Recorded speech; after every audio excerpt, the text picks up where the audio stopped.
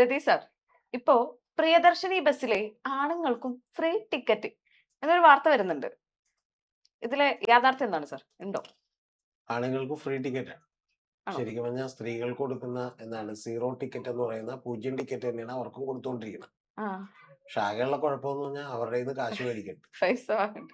പൈസ മേടിച്ചിട്ട് എന്ത് ചെയ്യുന്ന വെച്ചാൽ കണ്ടക്ടർമാരും ബാക്കിയുള്ളവരും പോക്കറ്റിലേക്ക് ഇടുന്നത്, ഡ്രൈവറും കൂടി ചേർന്ന്. അപ്പൊ സത്യം പറഞ്ഞാൽ എന്താന്ന് വെച്ചിട്ടുണ്ടെങ്കിൽ ഇപ്പൊ ഈ പ്രിയദർശിനി വന്നതിന് ശേഷം ബസ്സുകളിലൊക്കെ ഭയങ്കരമായ സ്ത്രീകളുടെ ഇടിച്ചുകയറ്റമാണ്. ലക്ഷക്കണക്കിന് ആളുകൾ കൂടുതലായിട്ടാണ് യാത്ര ചെയ്യുന്നത് എന്നൊക്കെയാണ് വരുന്നത്. കണക്കുകൾ പക്ഷെ ഇതിന്റെ പ്രധാനപ്പെട്ട കാര്യം എന്ന് വെച്ചാൽ ഭാര്യയും ഭർത്താവും കൂടി കയറിയിട്ടുണ്ടെങ്കിൽ 2 ഫ്രീ ടിക്കറ്റ് 2 കൊടുത്തിട്ട് നേരെ ആ കാശം മേടിച്ച് ഇവര് പോക്കറ്റ് ഇടുകയാണ്. അപ്പൊ അതുകൊണ്ട് എന്താ വെച്ചാൽ മറ്റേത് നഷ്ടം KSRTC സഹിച്ചോളും, ലാഭം മുഴുവൻ ഇവർക്കും കിട്ടിക്കോളും. നേരത്തെ തന്നെ ഇവർക്ക് ഇങ്ങനെ ഒരു ശീലം ഉണ്ടല്ലോ, കുറെ പേർക്ക് ഇങ്ങനെ ഒരു ശീലമുണ്ട്. ഇപ്പൊ നമ്മള് പണ്ട് ഞാനിപ്പോൾ ഓർക്കുന്നുണ്ട്, പണ്ടൊരിക്കൽ ഞാൻ ആലപ്പുഴയ്ക്ക് പോകുമ്പോഴത്തേക്കെന്ന് പറഞ്ഞാൽ എവിടെ നിന്നോ ഞാൻ ബസ്സിൽ കയറിയിട്ട്, അന്ന് പഠിച്ചോണ്ടിരിക്കുന്ന സമയത്താണ്. ആ പഠിച്ചോണ്ടിരിക്കുന്ന സമയത്ത് ബസ്സിൽ കയറിയിട്ടെന്ന് പറഞ്ഞാൽ നമ്മള് 8 തവണ ചോദിച്ചിട്ട് പുള്ളി ആലപ്പുഴയിൽ എത്തിയപ്പോഴാണ് ബാലൻസ് തന്നത്. അതെ, ഇവരെപ്പോഴും അങ്ങനെ ചെയ്യാറുണ്ട്. അതെന്ന് പറഞ്ഞാൽ നമ്മള് ശരിക്കും പറഞ്ഞാൽ വലിയ എമൗണ്ടാണ് ബാലൻസ് തരാനുള്ള. അതെ, എന്നിട്ട് അത് തോന്നിപ്പോ ആളുകളെ നിർത്തിയ അന്ന് എന്റെ ഒപ്പം ഇറങ്ങി 2-3 പേര് ബാലൻസ് മേടിക്കാൻ വിട്ടുപോയിട്ടുണ്ട്. എന്ന് പറഞ്ഞാൽ എവിടെ 500 രൂപ 300 രൂപയൊക്കെ ബാലൻസ് ഉള്ള ബാലൻസ് ആണ് ഇവര് മേടിക്കാതെ വിട്ടുപോയത്. ചോദിച്ചാ ഭയങ്കര ചോദിച്ച് ഭയങ്കര ഗൗരവത്തിലും ദേഷ്യത്തിലൊക്കെ അവര് ഇഷ്ടപ്പെടാതെ കാണിക്കും. അപ്പൊ ഞാൻ 2-3 വട്ടം ചോദിച്ചപ്പോ തന്നെ അവരെന്നോട് പറഞ്ഞായിരുന്നു, ഇറങ്ങുമ്പോ താങ്കൾ ഇറങ്ങാറായിട്ടില്ലെന്ന് പറഞ്ഞു. അപ്പൊ ഞാൻ പറഞ്ഞ ഇറങ്ങുമ്പോ ലാസ്റ്റ് കിടന്ന് കണവണ പറയുന്നു. അപ്പൊ നമ്മൾ അന്ന് പിന്നെ ഉടക്കാൻ തയ്യാറായി നിൽക്കുന്ന ഒരാളായതുകൊണ്ട് നമുക്ക് പ്രശ്നമില്ല.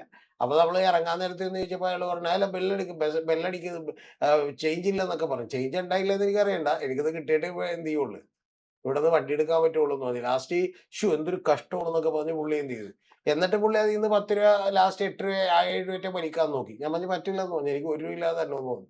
അപ്പൊ ഒരു 8 രൂപയുടെ കാര്യമല്ല, ഇല്ല പറ്റില്ലെന്ന് പറഞ്ഞു. താൻ 10 രൂപയും കൊണ്ടിട്ട് 2 രൂപ താമസം അയച്ചാൽ മതി. എന്നിട്ട് പുള്ളി 10 രൂപ എന്നിട്ടാണ് പോയത്. വേറെ വഴിയില്ലാതെ 10 രൂപ തരാൻ പറഞ്ഞാൽ പുള്ളിക്ക് അന്നേരം 8 രൂപ കറക്റ്റ് ചേഞ്ച് വന്നു. അപ്പൊ അതാണ് ഇവരുടെ അവസ്ഥ.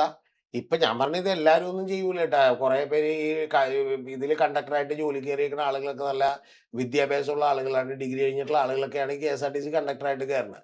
അപ്പൊ അതുകൊണ്ട് എല്ലാവരും ചെയ്യുമെന്നല്ല ഞാൻ പറഞ്ഞത്. പക്ഷെ കുറെ ആളുകൾ ഇപ്പൊ ഇത് ചെയ്തുകൊണ്ടിരിക്കുകയാണ്. അതുകൊണ്ട് എന്താന്ന് വെച്ചിട്ടുണ്ടെങ്കിൽ ഇപ്പൊ മറ്റേ സ്ത്രീകൾ കയറുന്നത് 10 ലക്ഷം 14 ലക്ഷം ഒക്കെ ആളുകൾ കയറണ്ടെന്ന് ഇവര് പറഞ്ഞുകൊണ്ടിരിക്കുന്നത്.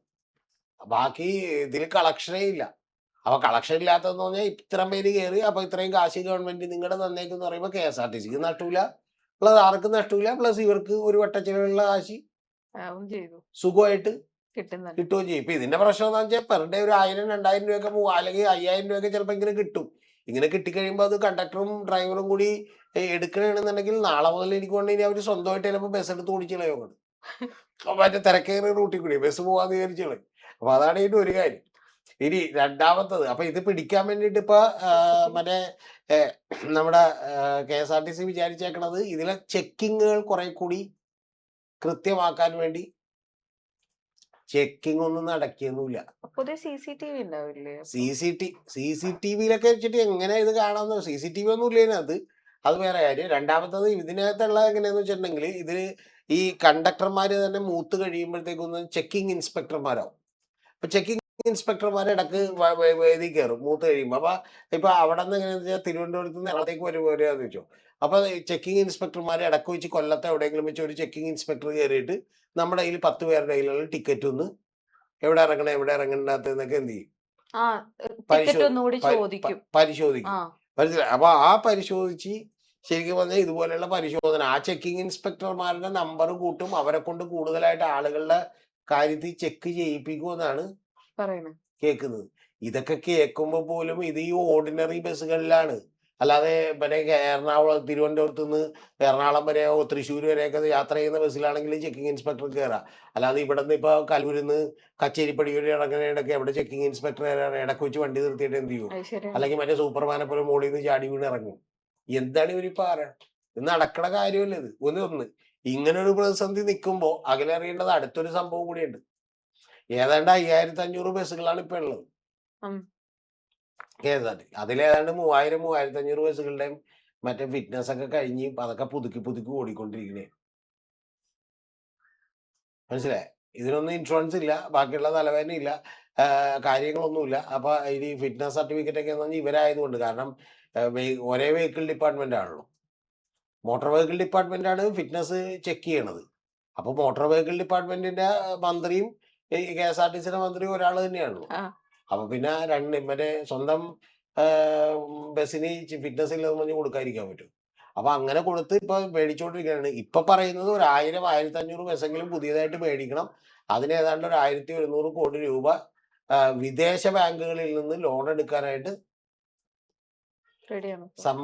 സമ്മതിക്കണം. ഈ ഗവൺമെന്റ് സമ്മതിക്കണം എന്നുള്ളതാണ് പറയണത്.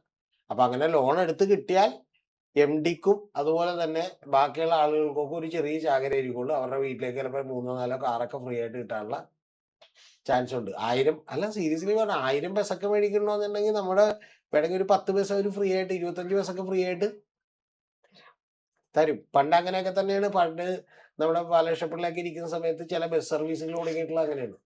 എന്ന് പറഞ്ഞാൽ 100 ബസ് മേടിക്കുമ്പോൾ 10 ബസ്, ആ 10 ബസ് പക്കയായിരിക്കും, ഈ 10 ബസ് തല്ലിപ്പൊളി ബസ്സായിരിക്കും.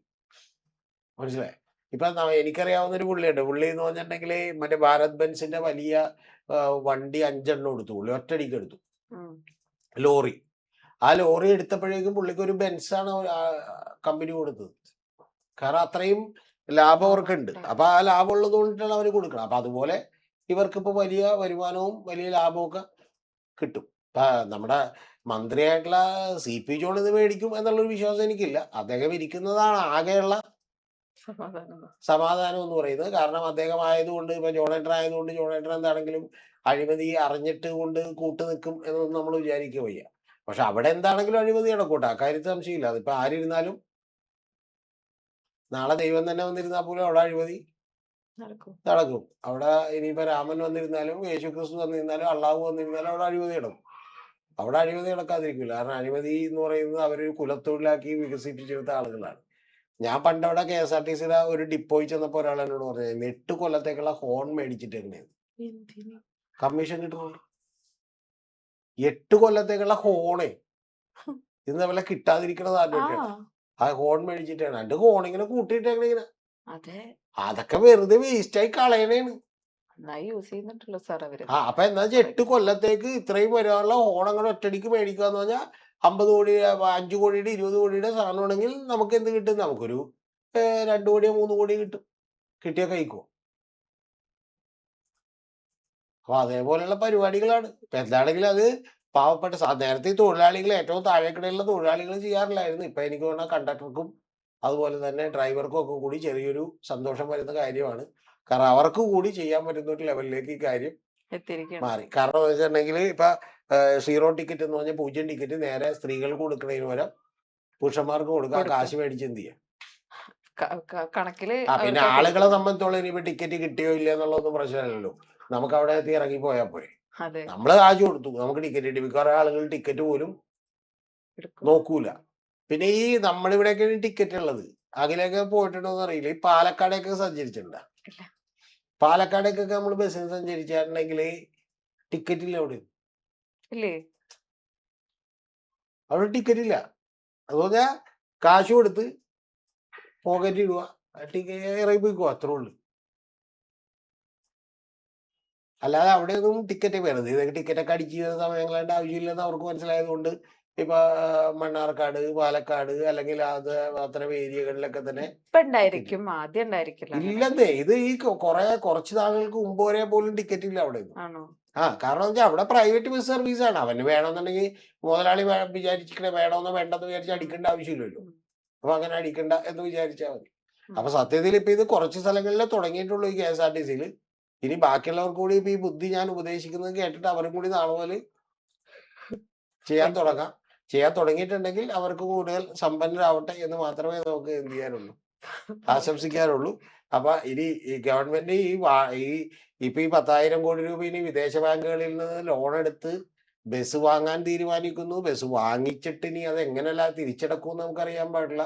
അധികം വൈകാതെ ഈ പ്രസ്ഥാനം കട്ടപ്പുറത്താകാനുള്ള എല്ലാ സാധ്യതയും ഉണ്ട്. ഇതിന്റെ ഇടയിലൂടെയാണ് മറ്റേ പ്രശ്നം കൂടി ഉള്ളത്. ഏത് തിരുവനന്തപുരം, കൊല്ലത്തൊക്കെ ഈ ഓർഡിനറി കൂടുതലാണ്. അതേസമയം മലബാർ ഏരിയയിലേക്കൊന്നും ഓർഡിനറി ഇല്ല, മലപ്പുറത്തും ഇല്ല, ബാക്കിയുള്ള സ്ഥലങ്ങളിലൊന്നും ഇല്ല. ഇപ്പൊ കഴിഞ്ഞ ദിവസം എന്നെ വിളിച്ചപ്പോ ഒരാൾ പറഞ്ഞു ഞങ്ങൾക്ക് പുതുപ്പള്ളിക്ക് ഒരു പ്രിയദർശിനി ബസ് ഇല്ലെന്ന് പറഞ്ഞു.